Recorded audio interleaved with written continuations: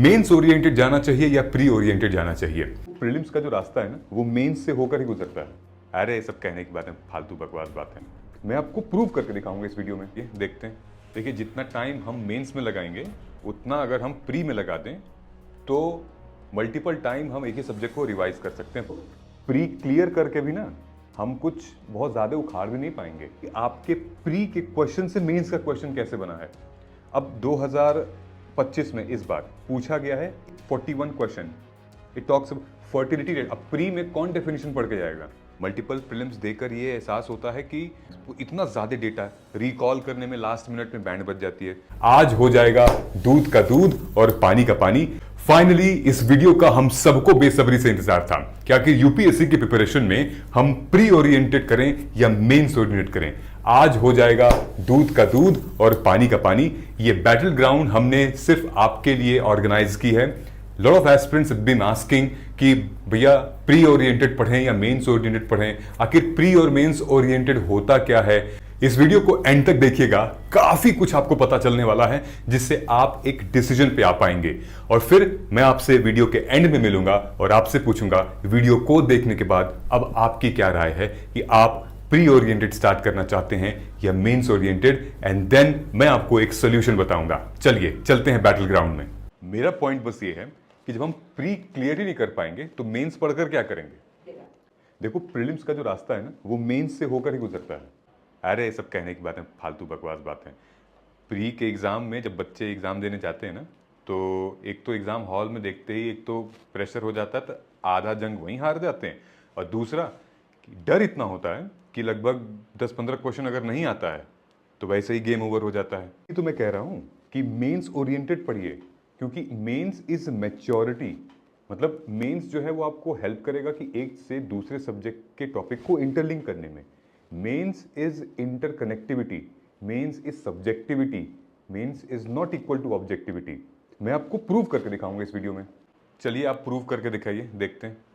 देखिए, वो टाइम चला गया यार कि जब प्री और मेंस के बीच में ना 4-5 महीने का गैप हुआ करता था, और पहले हम प्री की प्रिपरेशन करते थे, फिर क्लियर हो या ना हो उसके बाद फिर हम मेंस ओरिएंटेड करते थे।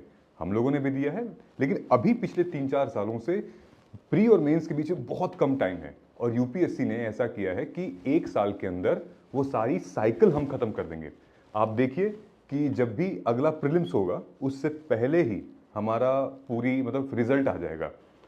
चलिए पॉइंट पर आइए, गोली मत दीजिए, क्योंकि देखिए जितना टाइम हम मेंस में लगाएंगे उतना अगर हम प्री में लगा दें तो मल्टीपल टाइम हम एक ही सब्जेक्ट को रिवाइज कर सकते हैं, पढ़ सकते हैं, और हमारा प्री निकल सकता है।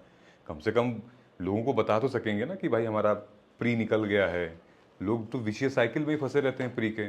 प्री निकल गया, संतुष्टि है। मतलब ये आप सबको बताने के लिए एग्जाम दे रहे हो या खुद के लिए कर रहे हो?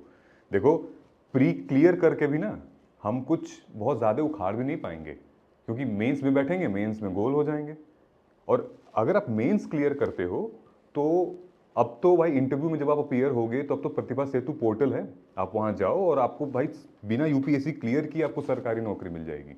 लेकिन जब आप अब प्री ओरिएंटेड पढ़ रहे हो और मेंस छोड़ दे रहे हो कि नहीं करेंगे, तो यार कुछ नहीं मिलेगा उससे। देखो, मैं तुम्हें ना लगभग 4 से 5 ऐसे एग्जाम्पल देने वाला हूं जो कि तुम्हारे प्री से क्वेश्चंस और मेंस के क्वेश्चंस मैच करते हैं। मैं प्रूव कर दूंगा अपना पॉइंट अभी कि कैसे मेंस ओरिएंटेड जो है वो इस एग्जाम प्रिपरेशन में हेल्प करेगा। तो मैं अपने लैपटॉप से अभी कुछ इमेजेस दिखाऊंगा, ठीक है? उसमें देखना there are multiple examples. Geography का ये प्री में क्वेश्चन आया हुआ है। सो ज्योग्राफी से रिलेटेड हमारे seasonal reversal of wind typical characteristics of climate. तो आप देखिए 2014 में, 2015 में और 2024 में लेटेस्ट क्वेश्चन आया हुआ है कि आप बताइए कि इसमें से कौन से टाइप ऑफ क्लाइमेट का ये डिस्क्रिप्शन है। अब ये मेंस ओरिएंटेड नहीं है तो क्या है? अगर आप एक एक क्लाइमेट टाइप के बारे में आपको पढ़ना पड़ेगा पहले, है ना? जैसे इक्वेटोरियल टाइप ऑफ क्लाइमेट हो गया, मेडिटेरेनियन टाइप ऑफ क्लाइमेट हो गया, मॉनसून टाइप ऑफ क्लाइमेट हो गया, ये आपको इसकी डिस्क्रिप्शन पढ़ना पड़ेगा। आप देखिए 2024 में जो क्वेश्चन आया है ये इसके डिस्क्रिप्शन पूछ रहा है कि कितने डेली टेम्परेचर पे रेनफॉल होती है, प्रेसिपिटेशन वेरी कितना करता है, और थ्रू आउट कितना ज़्यादा ये बारिश होती है। ये सारा क्या है? ये सारा मेंस ओरिएंटेड कंटेंट है जो हम पढ़ते हैं। नेक्स्ट मैं आपको बताता हूँ। आप इस इमेज को देखिए, ये एक क्वेश्चन आया था यूपीएससी सीएससी 2017 में मेंस में वॉश स्कीम के ऊपर। बहुत लोगों को ऐसा लगता है कि ये एक करंट अफेयर है, लेकिन ये एक स्टैटिक पोर्शन है। ये हमारी जो वॉश स्कीम है गवर्नेंस के अंदर, जीएस पेपर 2 के अंदर, जहाँ पे हाइजीन सैनिटाइजेशन है। फिर देखिए मैंने इसके ऊपर शॉर्ट्स भी बनाई थी। शॉर्ट्स यानी कि जब पिछला प्री हुआ था तब आप देखेंगे 2023 में क्वेश्चन आया था हमारा वर्ल्ड टॉयलेट समिट के ऊपर। Then in 2022 India sanitisation collision platform. फिर उसके बाद यूएन ऑप्स, यूनाइटेड नेशन की जो एक बॉडी है which talks about our sanitisation and hygiene, इससे रिलेटेड क्वेश्चंस हमारे कहाँ पे आए हुए हैं, प्री में। तो अगर आप 2017 में वॉश स्कीम को अच्छे से पढ़ लेंगे तो आप ये प्री के क्वेश्चंस भी इजीली सॉल्व कर पाएंगे। और बताता हूं एग्जांपल के टाइम पे। फॉर एग्जांपल ये देखिए, ये तो हर साल क्वेश्चन आता है, ये कोई भी एक्सपीरियंस बच्चा बता सकता है। ये क्वेश्चन है कि अगर फाइनेंस बिल या मनी बिल पार्लियामेंट में पास हो रहा है और लोकसभा से पास हो गया, राज्यसभा में पहुंचते पहुंचते लोकसभा डिसॉल्व हो गई, तो उस बिल का क्या होगा। राज्यसभा से पास हो गया, वापसी अगर लोकसभा आता है तो लोकसभा डिसॉल्व हो गई, तो क्या होगा। और दोनों केसेस में किस तरीके से फाइनेंस बिल और मनी बिल काम करता है। मतलब कि अगर आप इन देखिए क्वेश्चन पूछा गया 2018, 16, 15, 23, 24 में भी मल्टीपल टाइम्स। ये मेंस ओरिएंटेड नहीं है तो क्या है, क्योंकि अगर आप स्टेटमेंट बेस्ड है, अगर आप स्टेटमेंट को डिकोड करते रहेंगे तो बहुत टाइम लग जाएगा। लेकिन अगर आपका मेंस का कंटेंट रेडी है, कि मनी बिल क्या होता है, फिर उसके बाद फाइनेंस बिल राज्यसभा में या लोकसभा में कैसे हम इंट्रोड्यूस कर सकते हैं। ओके, सो ये मेंस ओरिएंटेड। मैं आपको और दिखाता हूं। सबसे इंपॉर्टेंट चीज, ये टॉपिक है, मल्टीपल टाइम्स पूछा गया है, ये है फाइनेंस कमीशन। ओके, तो देखो 2013 में, 18 में, 21 में फाइनेंस कमीशन से कैसे क्वेश्चंस पूछे गए हैं, उनकी फिजिकल फेडरलिज्म के ऊपर, उनकी रोल और उनके टर्म ऑफ रेफरेंस के ऊपर, देन लोकल गवर्नेंस के ऊपर। अब आप देखिए, अगर आपका 2013 से लेकर 2021 में अगर इन 3 क्वेश्चंस का अगर आप कंटेंट रेडी कर लेते हो तो फिर आपका प्री का क्वेश्चन भी सॉल्व हो सकता है। कैसे सॉल्व होगा ये देखिए। पिछले मेरे ख्याल से 2013 से लेकर अब तक मल्टीपल टाइम्स क्वेश्चन पूछा गया है फाइनेंस कमीशन पे प्री में। ध्यान से देखो 2000, मैं नीचे देखता हूं, देखो 2023 में और 2025 में talks about the 15th finance commission. इस बार भी 15th फाइनेंस कमीशन आया हुआ है। इससे पहले भी 12th finance commission, 13th finance commission और 14th फाइनेंस कमीशन के ऊपर क्वेश्चंस पूछे हैं ये लोग को। इस बार जो क्वेश्चन आया था, अब आपके प्री से मैं दिखा रहा हूं, ठीक है, कि आपके प्री के क्वेश्चन से मेंस का क्वेश्चन कैसे बना है। अब 2025 में इस बार पूछा गया है, examine the aspect of Akbar's religious syncretism. Okay, ये सेम चीज 2014 में प्री में पूछ दी गई थी। जैसे कि इबादत खाना एट फतेहपुर सीकरी वॉज, क्या था इबादत खाना। तो आप कहेंगे कि भाई एक हॉल था जहां पे अकबर जो है वो भाई डिस्कशन किया करता था अलग अलग स्कॉलर्स के साथ, अलग अलग धर्म समुदायों के साथ मिला के, तो उसका एक सेकुलरिज्म का एक एग्जाम्पल बनता है। ये था, मतलब एक एग्जाम्पल था अकबर का रिलीजियस सिंक्रेटिज्म, मतलब कैसे सिंक करता था सारे रिलीजन को एक साथ। You can use that question example to here. तो ऐसा नहीं है कि सिर्फ मेंस के क्वेश्चन प्री में आ रहे हैं, प्री के क्वेश्चंस भी मेंस में आ रहे हैं। मैं आपको 2-3 और ऑप्शन दिखाता हूं। इस बार जो हमारे मॉडर्न हिस्ट्री में लगभग 2 क्वेश्चन आए थे, ठीक है, सेम इमेज देख सकते हैं आप, नॉन कॉपरेशन प्रोग्राम और दूसरा आया था नॉन कॉपरेशन मूवमेंट। जिस तरीके से स्टेटमेंट बेस्ड क्वेश्चन ये लोग पूछ रहे हैं, ये डायरेक्ट क्वेश्चन नहीं है जो कि आप प्री में, मतलब प्री ओरिएंटेड जिसको आप कहते हो कि फैक्ट है, डेटा है, नहीं, ये तो ऑब्जेक्टिव्स था। नॉन कॉपरेशन प्रोग्राम के कॉन्सिक्वेंसेज ये हम मेंस में पढ़ते हैं, राइट। और अगर आपकी क्लैरिटी के लिए मैं बता दूं, 2021 में सेम क्वेश्चन आया है मेंस में, क्या, bring out the constructive programme of Mahatma Gandhi during non cooperation movement and civil disobedience movement. अब जो इस कंटेंट का आंसर होगा एग्जैक्टली लगभग जो 2025 में प्री में क्वेश्चन पूछा गया था वो वही होगा। तो आप तैयार नहीं करोगे।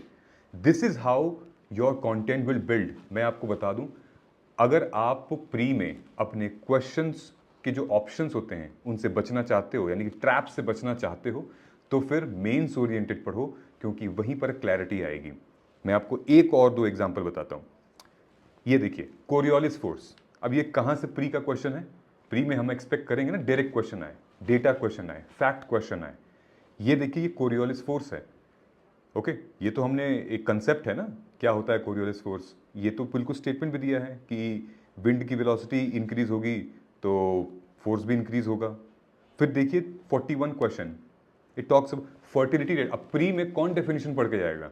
यहाँ तो डेफिनेशन पूछा है कि फर्टिलिटी रेट इंडियन इकोनॉमी में डिफाइन कैसे की जाए।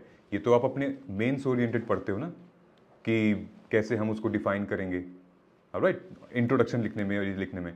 तो these are the few sections.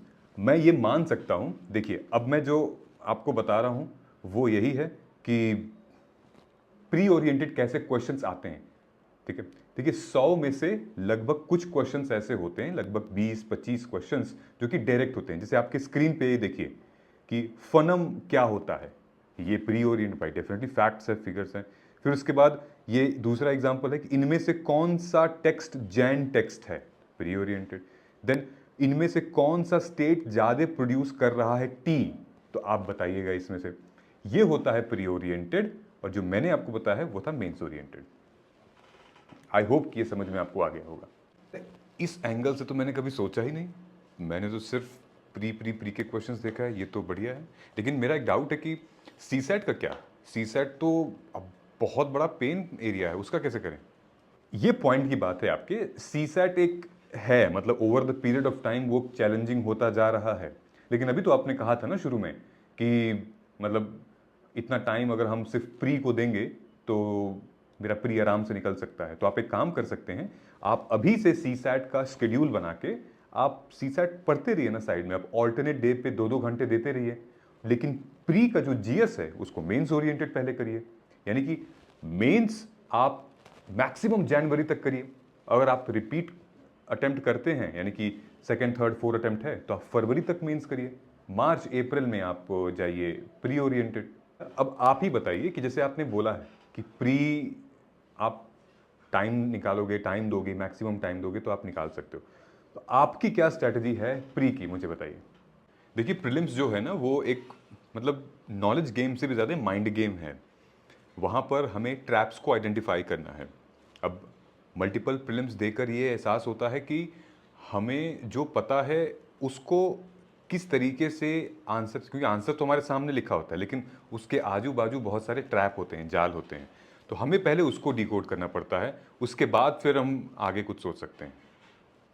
लेकिन एक दो प्रॉब्लम हो तो ना निपटें। अब उसके बाद जो प्रॉब्लम आती है वो है रिकॉल की। भाई इतना ज़्यादा डेटा, पूरा का पूरा economy, polity, history, geography, environments, इतना ज़्यादा डेटा रिकॉल करने में लास्ट मिनट में बैंड बज जाती है। ये प्रॉब्लम कैसे सॉल्व होगी, ये नहीं समझ में आ रहा था मेरे को। देखो जो तुम कह रहे हो ना वो बिल्कुल सही है, और एक्चुअली एग्ज़ाम ओरिएंटेड अप्रोच यही है प्रीलिम्स में। लेकिन मैं फिर से बोलूँगा कि इसका सोल्यूशन मेंस ही है। कि आपने कहा ना कि इतना सारा डेटा है, इतना फैक्ट है, कैसे याद होगा।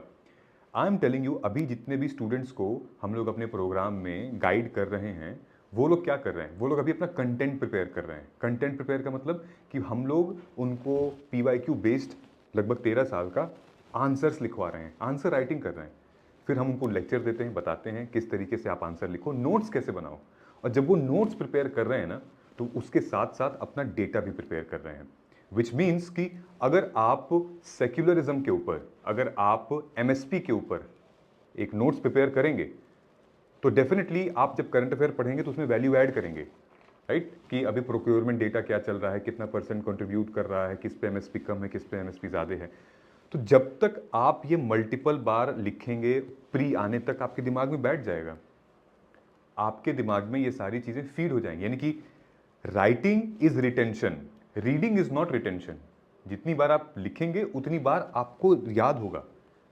इस तरीके से हम मेंस, और इसीलिए हम लोग कहते हैं, सिर्फ ये नहीं कहते हैं कि मेंस पढ़ो तो तुमको आंसर राइटिंग करनी है या फिर कोई और भी चीज़ करनी, नहीं, आपकी प्री की भी प्रिपरेशन उसमें हो रही है।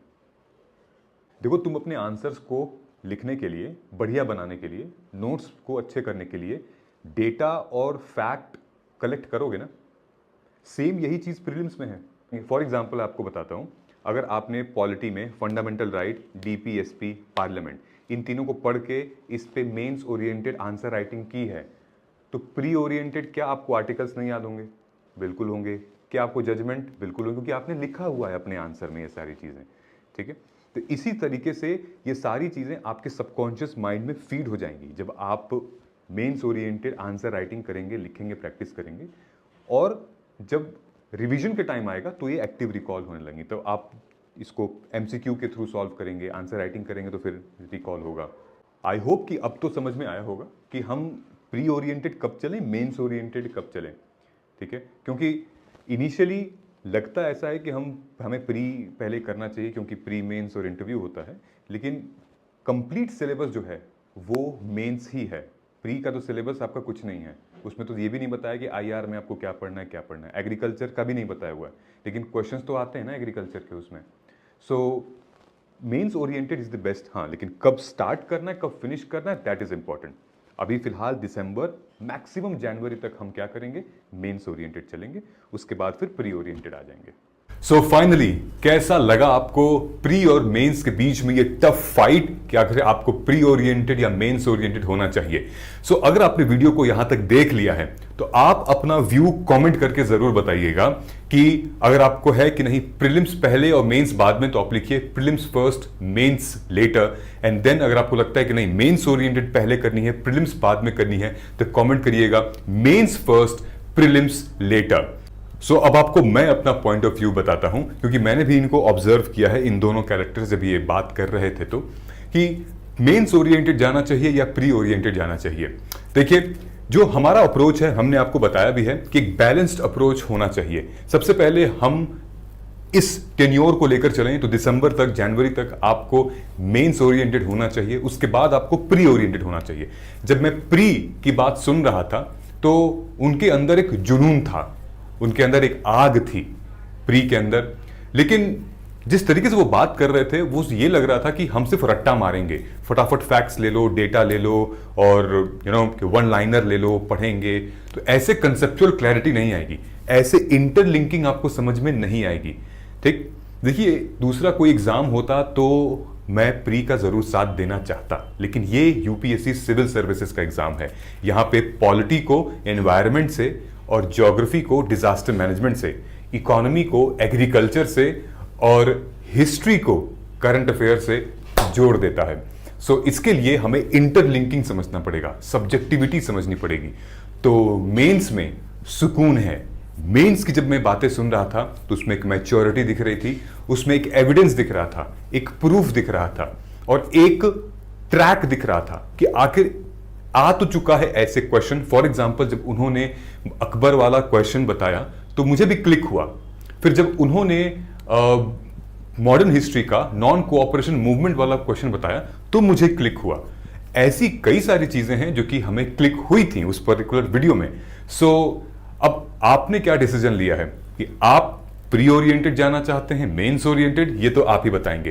कमेंट करके नीचे जरूर बताइएगा, लाइक, शेयर और सब्सक्राइब कर दीजिएगा। और दोस्तों, ऐसी ही डाउट और ऐसे ही कंफ्यूजन एस्पिरेंट्स को होती है, तो जिन लोगों ने भाई हमारे पर्सनल गाइडेंस प्रोग्राम में ज्वाइन किया है उनकी कंफ्यूजन तो हम डेली दूर करते हैं। सो आप भी आइए मार्गदर्शन आईएएस के पर्सनल गाइडेंस प्रोग्राम में, जिसका नाम है MAGP फॉर 2026-2027, जहां पर अभी काफी सारा डिस्काउंट अवेलेबल है, so that you can access these courses at a very affordable cost. और मैं, मेरी टीम रहेंगे आपको कुछ क्रिएटिव तरीके से कंटेंट को समझाने की, कुछ आउट ऑफ द बॉक्स जाके आपको क्लैरिटी देने की कि नहीं यूपीएससी जो है अब वो एग्जाम नहीं है कि नहीं देख के डर लगता है, लेकिन अब देख के उसको और फील होता है। मैंने कहा ना, प्रीलिम्स जुनून है तो मेंस सुकून है। इसको करेंगे तो ये भी कवर होगा, सिर्फ ये करेंगे तो फिर ये डैमेज हो जाएगा। ठीक है, कोई भी डाउट हो कमेंट करके बताइएगा। मिलते हैं अगले वीडियो में। Thank you so much. जय हिंद।